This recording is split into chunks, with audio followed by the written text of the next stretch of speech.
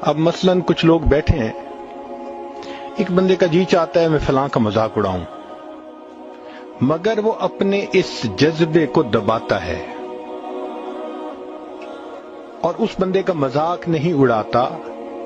مذاق نہ اڑانے پر شریعت اس کو صدقے کا ثواب عطا فرماتی ہے کہ تم نے جو اپنی ٹیمپٹیشن کو کنٹرول کیا۔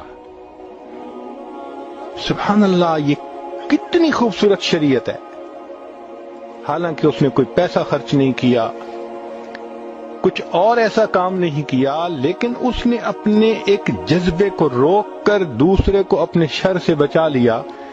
شریعت نے کہا فَإِنَّهَا صَدَقَةٌ مِّنْكَ عَلَى نَفْسِكَ، یہ ایسا ہی ہے جیسے تم نے اللہ کے راستے میں صدقہ کر دیا ہے۔